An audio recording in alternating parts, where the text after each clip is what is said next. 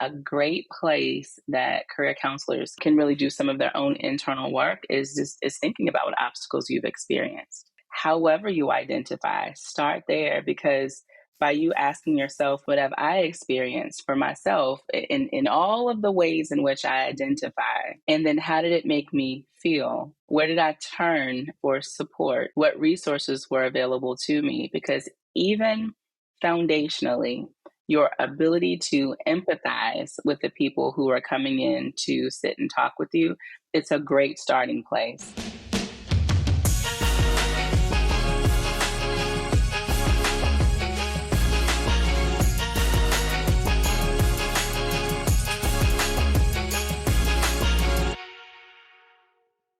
Hey everyone, welcome back to the Career Everywhere podcast. I'm your host, Meredith Metzger, and today I am joined by Jennifer Tardy. She's the founder and CEO of Jenn Tardy Consulting, a leading training and consulting firm that specializes in diversity recruiting and retention. Thank you for being here, Jen. Well, hello there, Meredith, and thanks for having me on your show.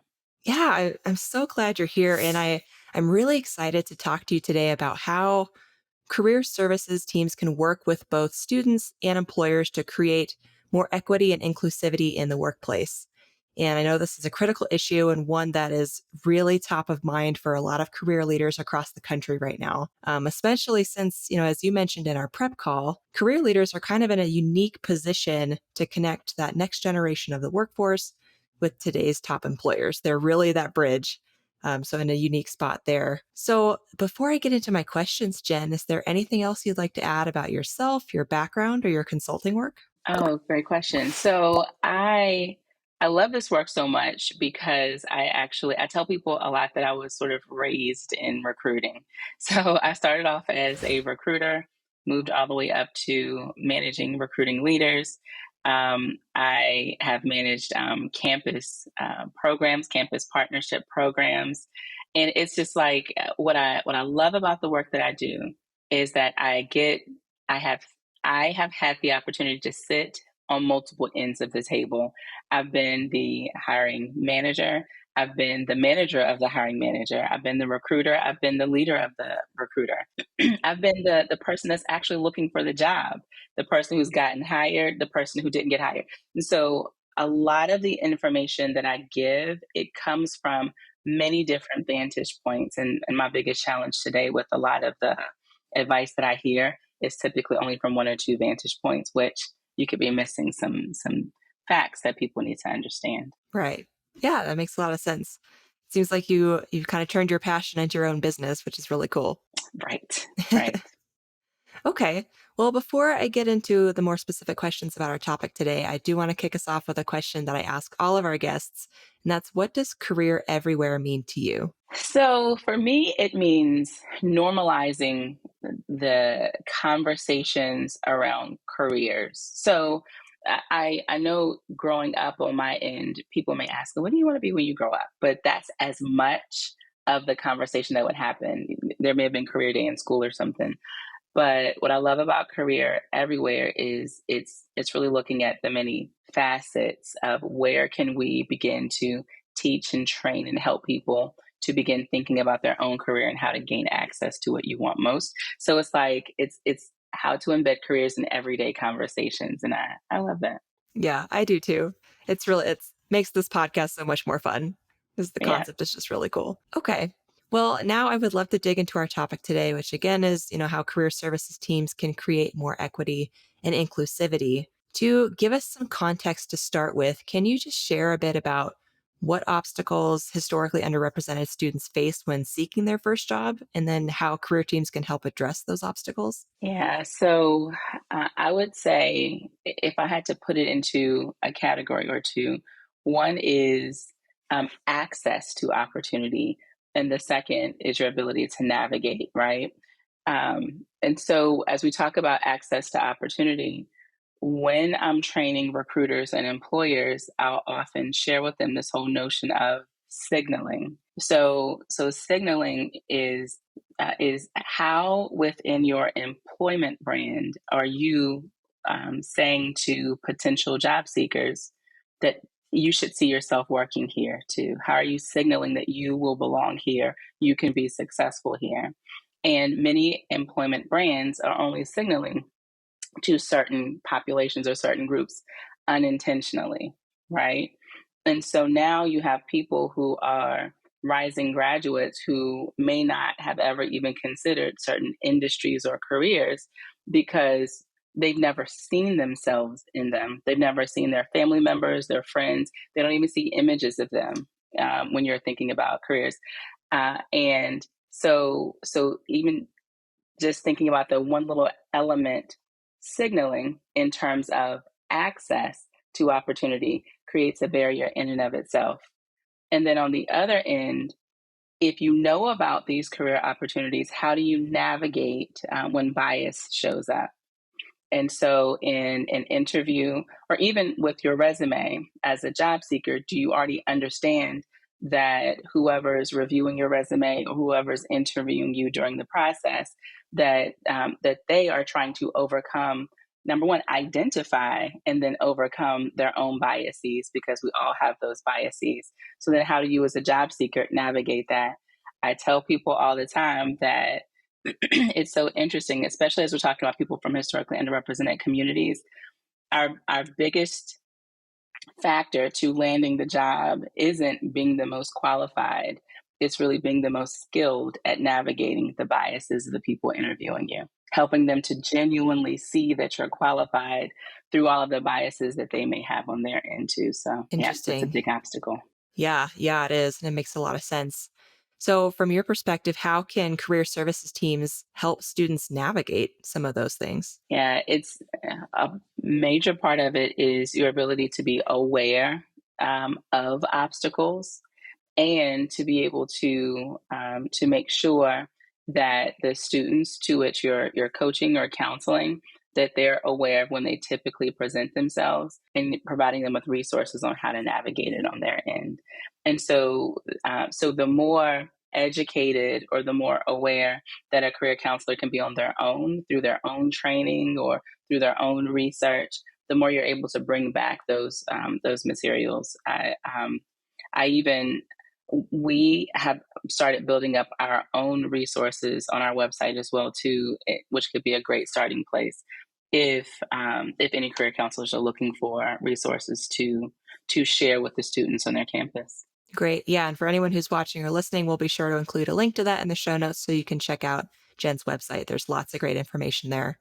Yeah. So I'm assuming that also kind of applies to, career counselors who are trying to help support students from marginalized backgrounds, help them navigate these hiring biases, even if they haven't personally experienced those challenges. I would agree. And so I everyone experiences. So when I think about obstacles that are fueled by biases, I don't necessarily look at them as yes, no, you do or don't experience them. I look at it as more of a spectrum, that we all have obstacles that we experience when trying to get in and get ahead. But what's the severity? What's the amount or the frequency of those obstacles? And so, one of a great place that career counselors can really do some of their own internal work is thinking about what obstacles you've experienced on your end, however you identify, start there, because by you asking yourself what have I experienced for myself in all of the ways in which I identify, and then how did it make me feel? Where did I turn for support? What resources were available to me? Because even foundationally, your ability to empathize with the people who are coming in to sit and talk with you, it's a great starting place to know that, even if maybe you've only experienced one or two obstacles, whereas other groups may be experiencing 30 or 40 obstacles, though that one or two, it creates a level of common ground, and then it begins to open the access of trust. So it's like it's all because of your empathy. Right. Yeah. It makes sense to start with empathy first. I mean, that's the foundation of everything, right? I would agree. I would absolutely agree.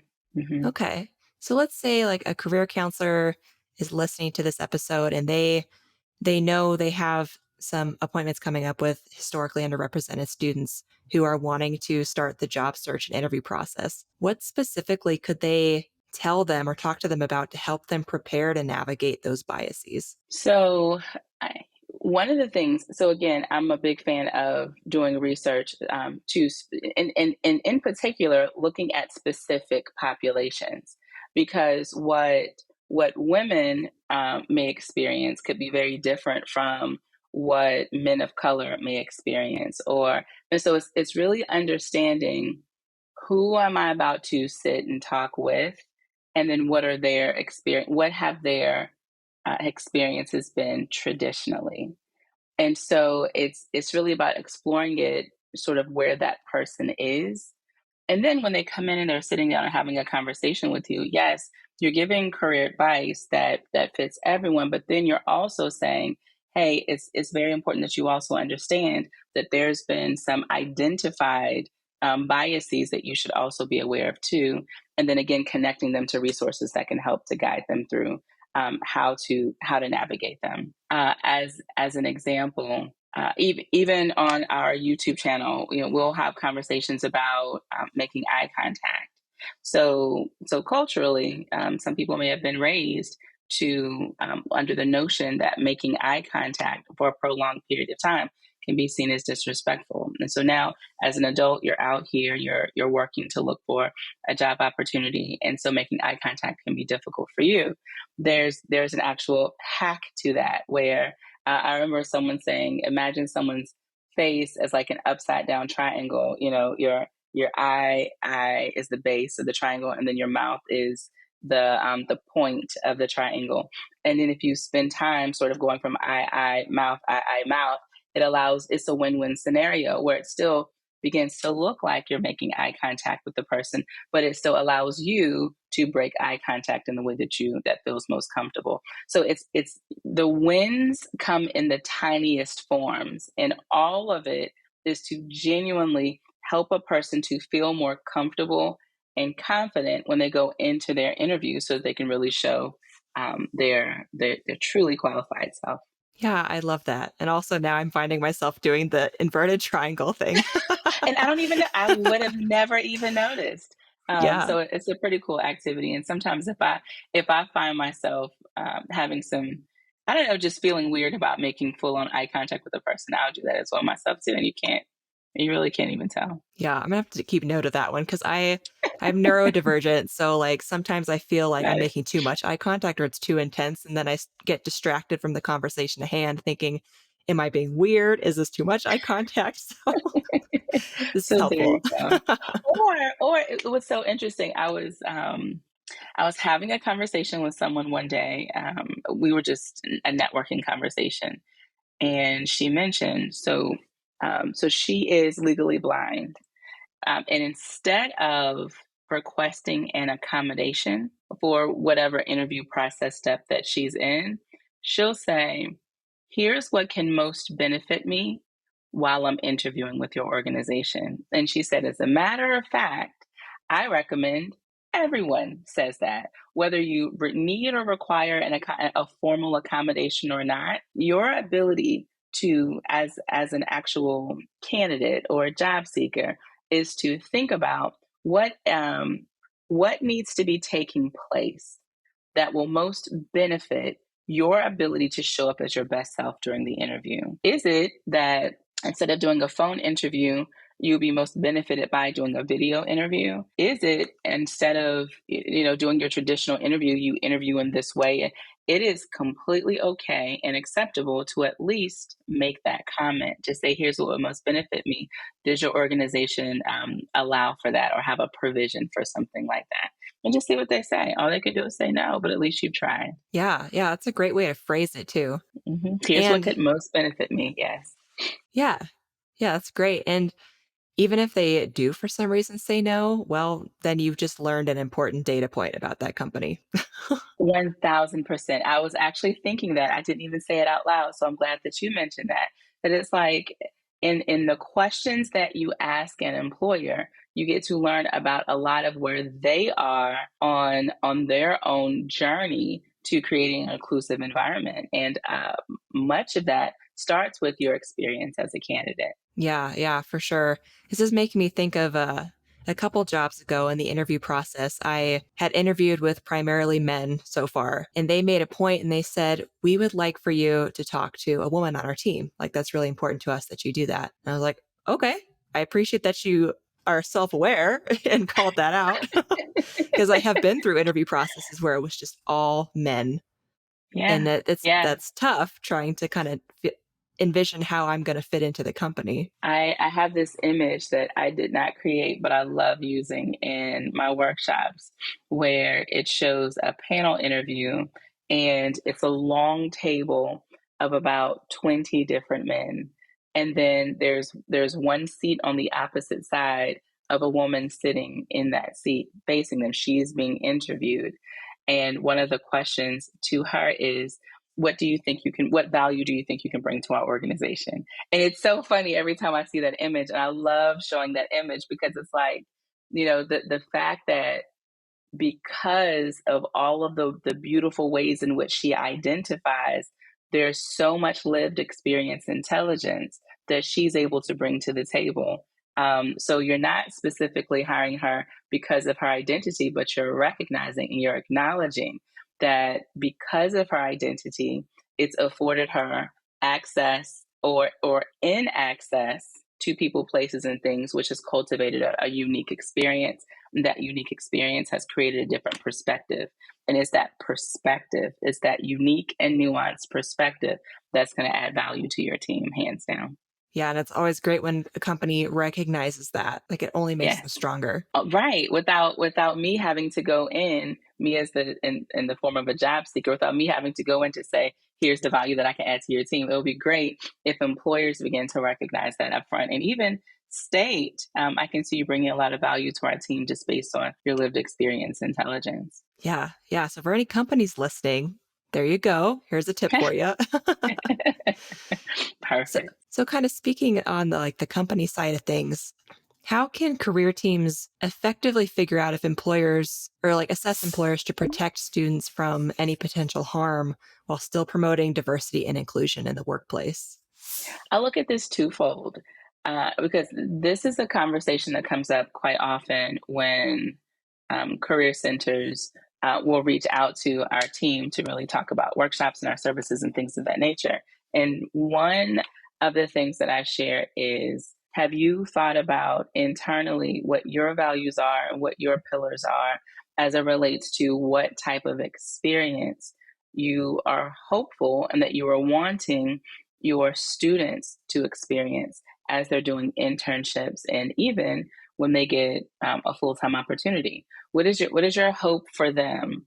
So it's one thing to create inclusivity within your campus or among your campus, but it's another thing to begin thinking about how do you carry that on over into the experience with employers. So it's thinking about and writing out your own pillars. That's one half of it. The other half of it is, now can you ask the employer to make a commitment to that? So it's almost like saying, because and I know a lot of employers are coming more than ever to campuses and they're saying, hey, not only do I want access to your students, but I want access to your multicultural groups. I want access to, and they're actually naming specific identities and specific groups.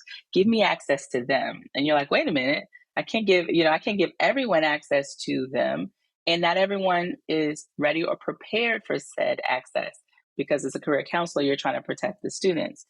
But instead, you're able to say, well, here's what's important. Here's what we value as it relates to diversity, equity, and inclusion. And what we're asking is, with this partnership, we're asking all of our partners to sign a commitment saying that you are also aligned to cultivating this level of inclusive experience for our students too.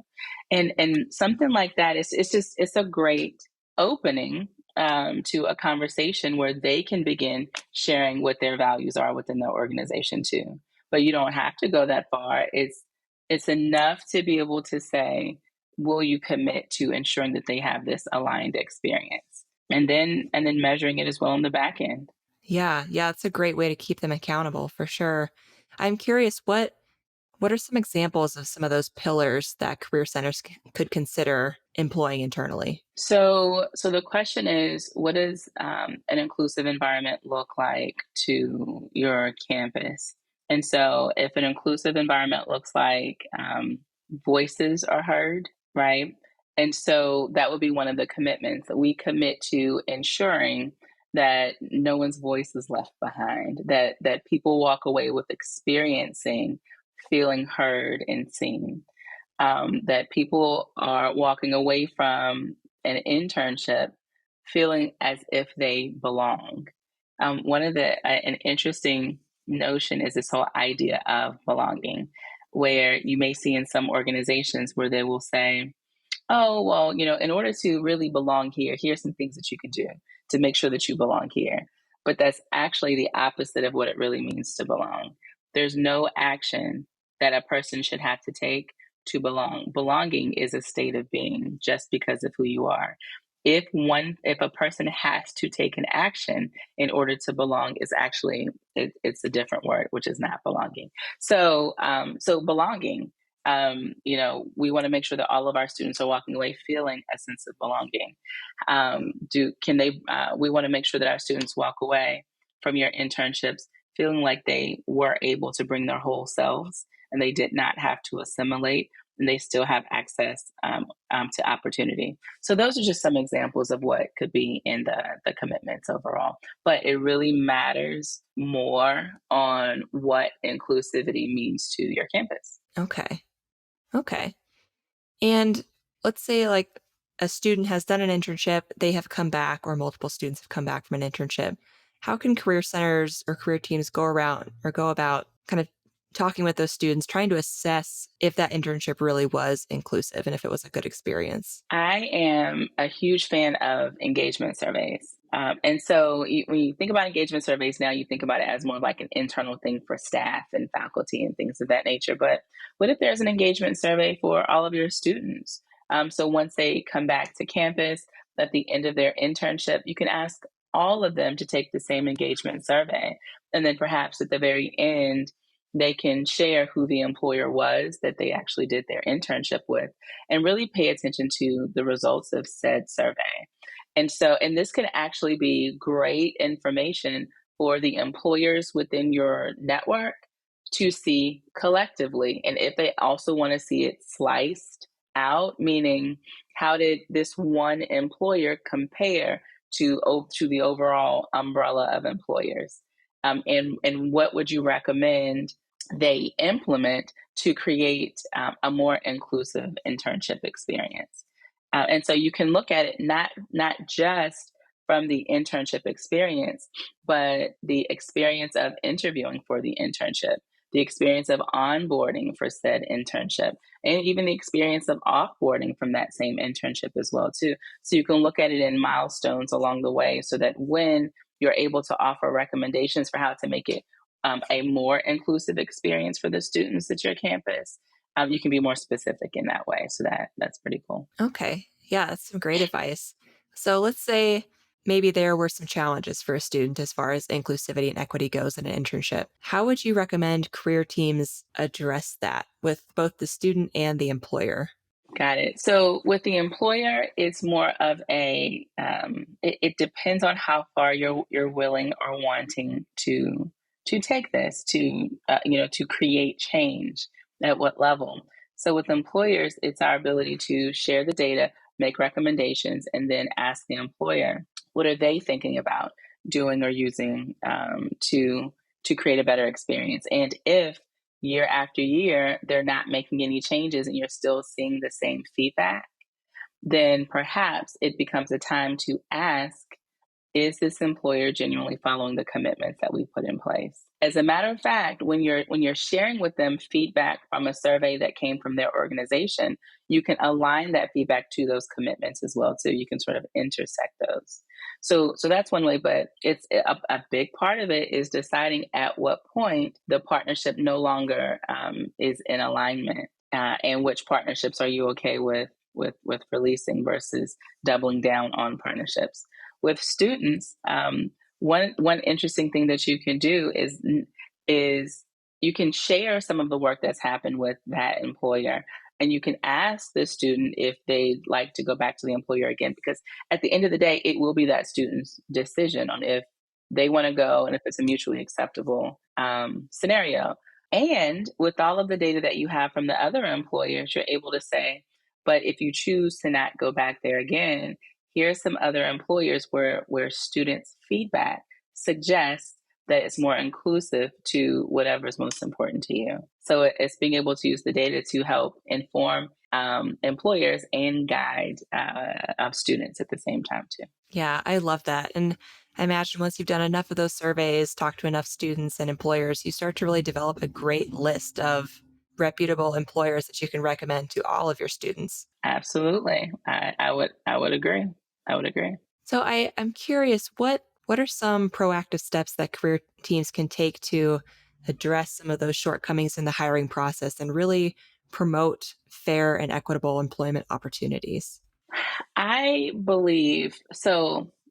Whenever I'm training recruiters, for example, many times recruiters can feel like paper pushers or like administrative assistants, or like I don't really have any influence over this hiring process. But I have to remind them you actually have so much influence. You just have to know what that looks like and at what angles you can really influence the outcomes of what people experience. The same is true with career counselors. There's so much influence that you have specifically if you're in a position to say yes or no, we as a campus will or will not engage in a partnership with your organization. Or even if we as a campus are engaged in a partnership with your organization, I, as the career counselor, have a say in which groups I can give you access to and how much access. If employers genuinely want the access to your students, they will begin to make the positive changes that are necessary to create better environments.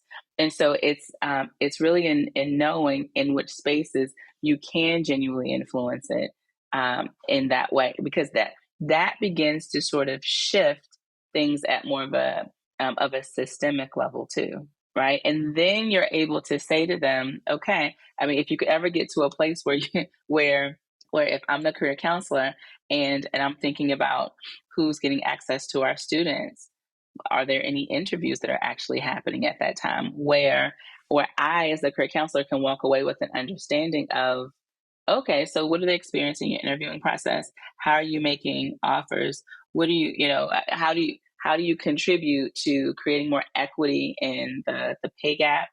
So you can ask all of these questions just to see where they are on their own journey to increasing diversity and providing inclusion as well too. So yeah, there are lots of things that you can do with the employer, and then with the students, you can just make sure that they have that the more resources that you have available that they can access if they want to access them, then you're doing a great foundational job as a career counselor.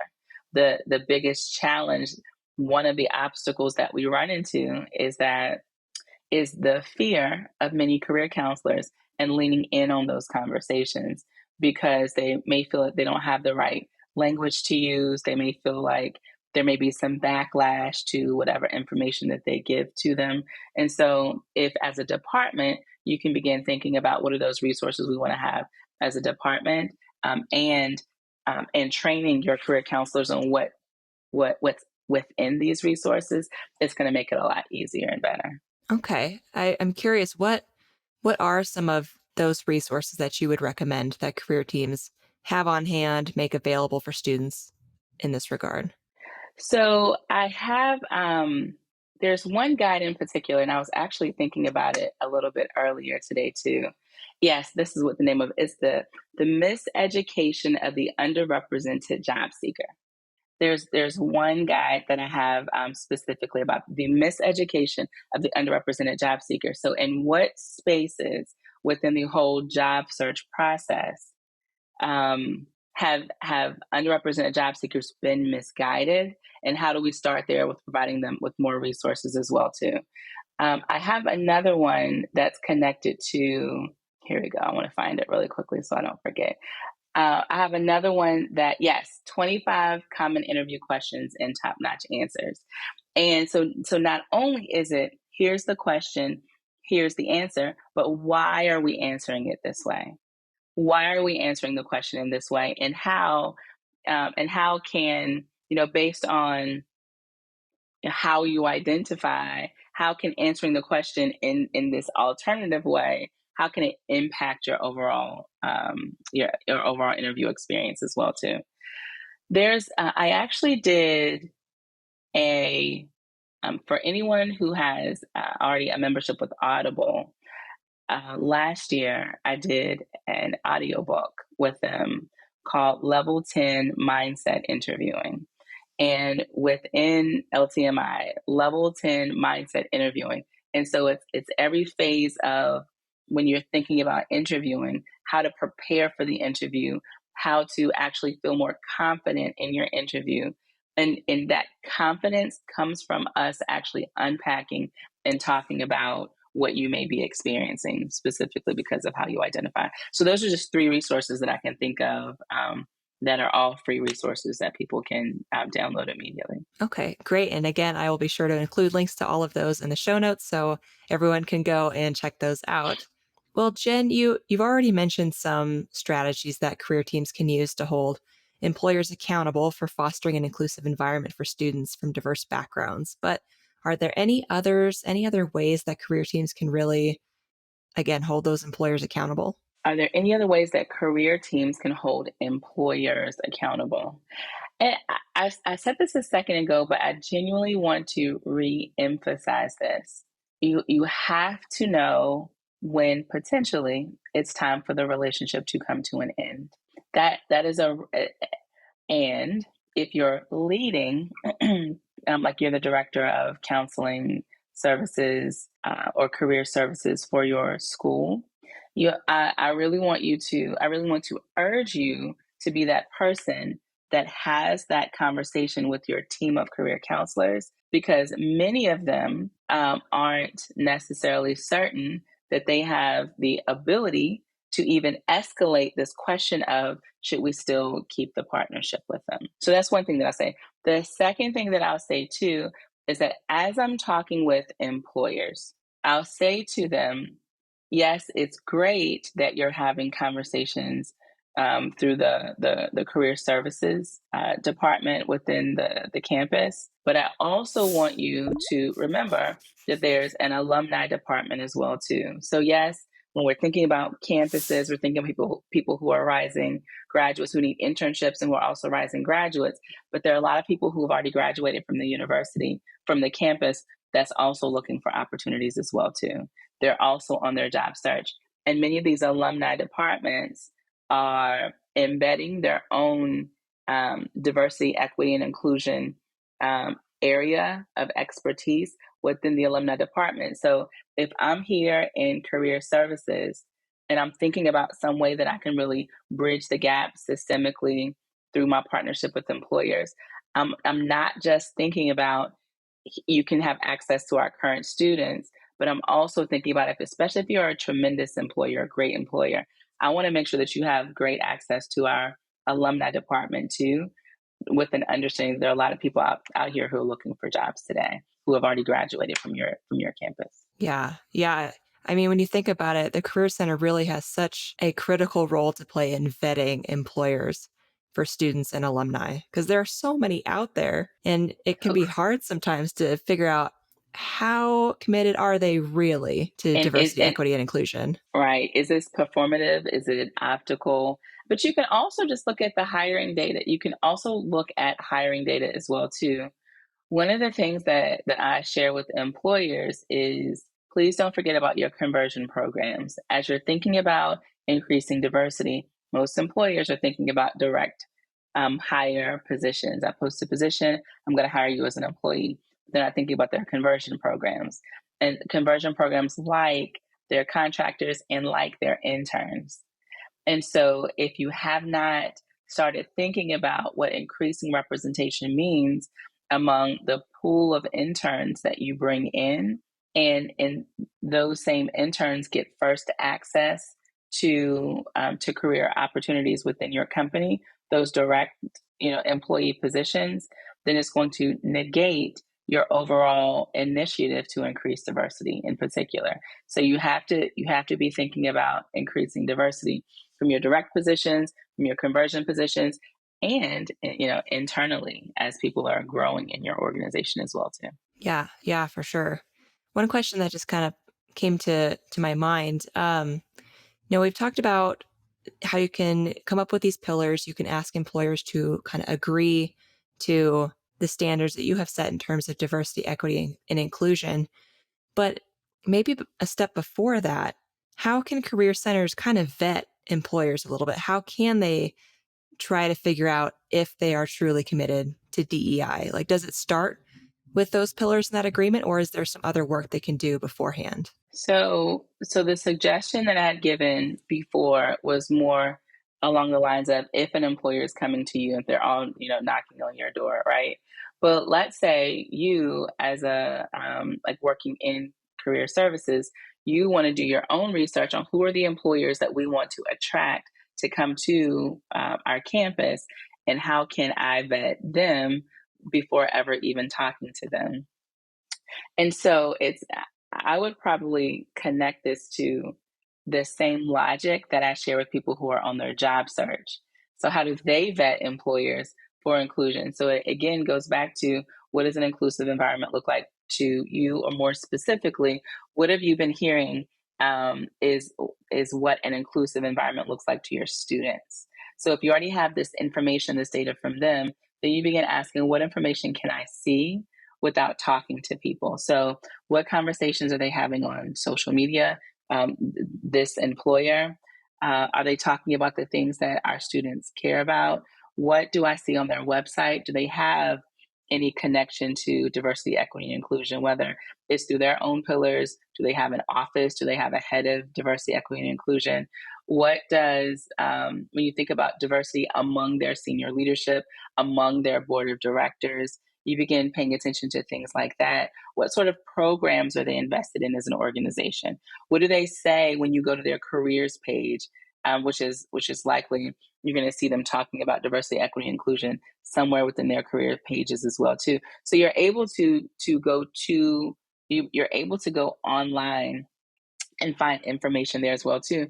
Plus, you can look at organizations that have received awards, because those organizations that are providing awards for like the best company to work at, if you are dot dot dot. So you can see who's receiving those awards as well too, and you can start there and then do more of your digging on the back end as well. Okay, love that. Some great advice. Thank you. Mhm. Kind of on a similar note, how can career teams work with employers to maybe implement some diversity and inclusion initiatives within their organizations? I think that just ensuring that best practices are shared. So let's go back to this engagement survey, this intern engagement survey, where when all the interns come back, regardless of where they worked over the summer or whenever they did their internship, you're now able to look at all the data and you're like, oh, this one student said that they did this amazing thing over here. It's really about being a vehicle to ensuring that these best practices from some employers are going to all employers. And I'm not going to be the person that says I'm going to give you, career counselor, more work. They're not going to come and get me. However, if they can somehow begin to connect employers, so that they can learn from each other, I think that's a great win-win scenario, where the actual career counselor themselves, they're not going in to implement it, because they're not positioning themselves as an expert to what the work is, but they are positioning themselves as a linchpin, to being able to say that career counselor, I can see this happening well over here, and it's well received. And so if this employer is interested in opening up to talk about what this looks like, how it creates a more inclusive environment, and how it creates a better experience, then me as the linchpin, I'm going to invite other employers that could potentially use that information, and they can take that back and begin embedding it where they are too. Okay, great. Yeah, I love that. Another question for you. How can career teams support students, particularly those from underrepresented backgrounds, in building strong professional networks and accessing mentorship opportunities, in addition to job opportunities? In my mind, career counselors, they have a lot of, they're very networked because like the nature of the work that you do, you're talking with a lot of employers, and in your ability to say, hey, whatever you're looking for right there, I see something in what you're looking for.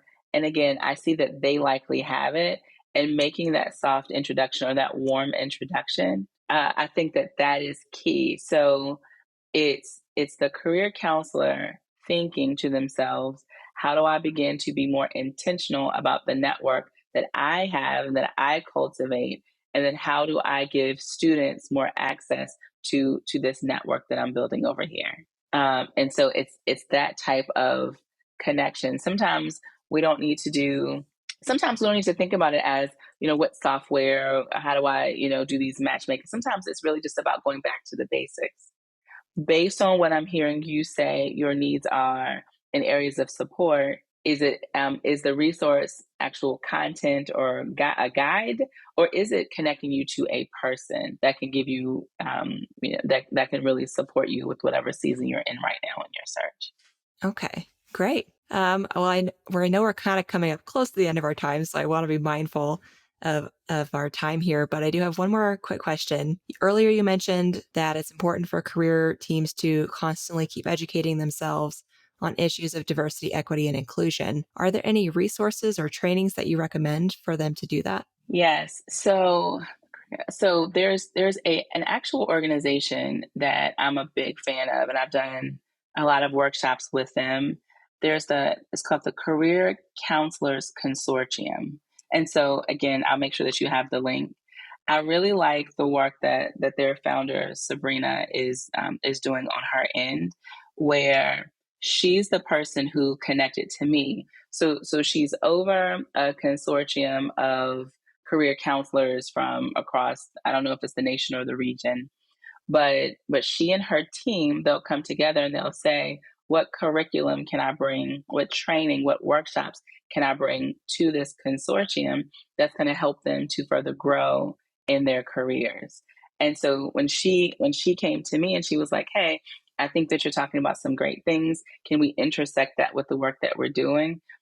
I think that that's amazing. And so when she said that, I think that I've done maybe 3 or 4 different workshops with her team, and I thoroughly enjoy talking to career counselors, which is what even made me start thinking about the importance of understanding that as a counselor, as a career counselor, you're in a unique position. You to where you're both supporting your employer partnerships and the student partnerships as well too, and so any training and learning that comes to you can best benefit you if it's coming through the lens of this unique hat that you're having to wear. Okay, great. Yeah, we'll for sure include a link to that as well. Jenn, is there anything else that you would like to add? Any questions I missed, or just anything you would like to leave us with? So I would say this. I know that I've said, a few times through the podcast about just different resources that are out there. One of the things I would say, just start with some of the links that Meredith, that you're going to provide them, because from our YouTube channel on Increased Diversity to the Career Success channel to just the resources that we have, our job at Team JTC is to go out and find those resources and to bring them to a spot for you. So if you're looking for a place to start, at least start there and then, broaden it out from there. So I don't want you to think that there's just the free guides.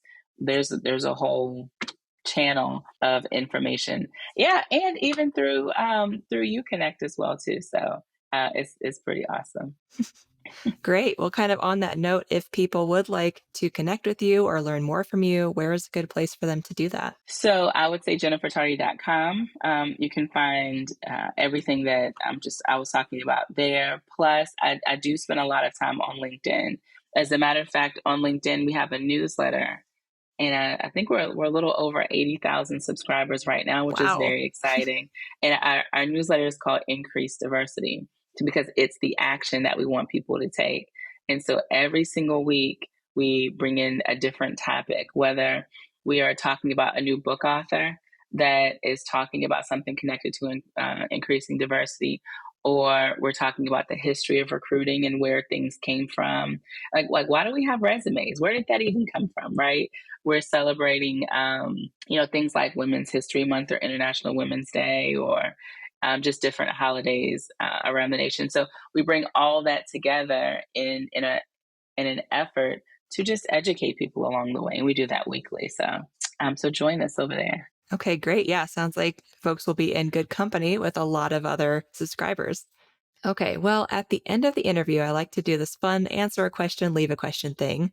So I'll ask you a question that our last guest left for you, and then you'll leave a question for the next guest. Okay.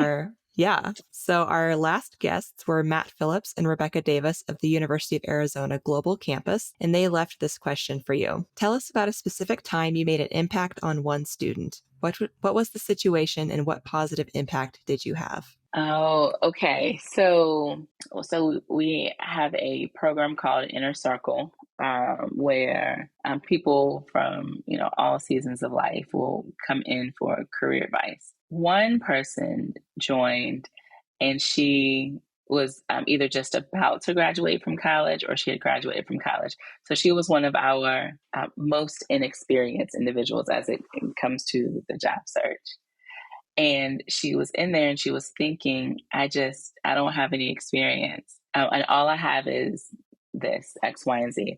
So the ability to help her to translate the experience that she has into something that is marketable for her, allowed her to get her first recruiting job working at a staffing agency. What I've noticed is that when it comes to job seekers, it's not that they don't have experience, but for many of them, they're not giving enough weight or acknowledgement to all of the experience that they have, because maybe it didn't present itself in the most formal, I have a full-time job with benefits and a salary. And so to help her to be able to see herself differently and to be able to use that and to translate that to get her foot in the door, was very exciting for me. Very exciting. And now she can help other folks do the same thing. Yes, it's the gift that keeps on giving. You're right, because as a recruiter, um, it's the gift that keeps on giving. Yeah, I love that. All right. Well, what question would you like to leave for the next guest? Well, since we're talking about careers, and this is the Career Everywhere podcast, I'm very interested in whoever you're interviewing. What did they want to be when they grew up? So what is it that they always knew that they wanted to be versus the role that they're in today? So that would be a really interesting answer to that question, I'm sure. Yeah. Oh, I love that. That's such a good question, especially for career services folks, because Yes. as we've noted several times on the podcast, there's not really a degree for career services. So anyone who finds their way into this field came from somewhere else, doing Yeah. something very different. It's the same thing for recruiting too, unless they have a degree now that I just didn't know. But I never had a clue. That I never even thought that I wanted to be a recruiter, or even a career coach. I was like, I didn't even know that that was a thing. I remember growing up wanting to be a lawyer. Mm. So I still get to make my case or to state my case when I'm talking to people. But yes, a career is a very different journey from being a lawyer. And that's what makes it fun, though, right? It's not That's linear, what it's makes not it fun. predictable. Right. Who wants a predictable life? Exactly. Not me, that's for sure. All right. Well, Jenn, thank you so much for joining me on the podcast today. This was such a fun conversation, a really helpful conversation that I know that our viewers and listeners will get a ton of value from. So just thank you again for taking the time and for sharing all of your wisdom.